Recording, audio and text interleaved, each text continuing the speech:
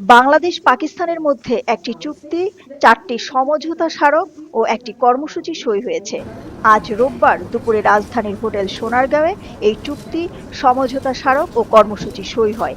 এ সময় বাংলাদেশের পররাষ্ট্র উপদেষ্টা মোহাম্মদ তৌহিদ হোসেন ও পাকিস্তানের পররাষ্ট্রমন্ত্রী ইসহাক দার উপস্থিত ছিলেন।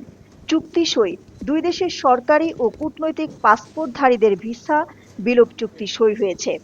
এমওইউ সই, সই হওয়া এমওইউগুলো হলো দুই দেশের বাণিজ্য বিষয়ক জয়েন্ট ওয়ার্কিং গ্রুপ গঠন, দুই দেশের ফরেন সার্ভিস একাডেমির মধ্যে সহযোগিতা, দুই দেশের রাষ্ট্রীয় বার্তা সংস্থার মধ্যে সহযোগিতা, Bangladesh institute of international and strategic স্টাডিজের সঙ্গে পাকিস্তানের ইনস্টিটিউট অব স্ট্র্যাটেজিক স্টাডিজ ইসলামাবাদের সহযোগিতা।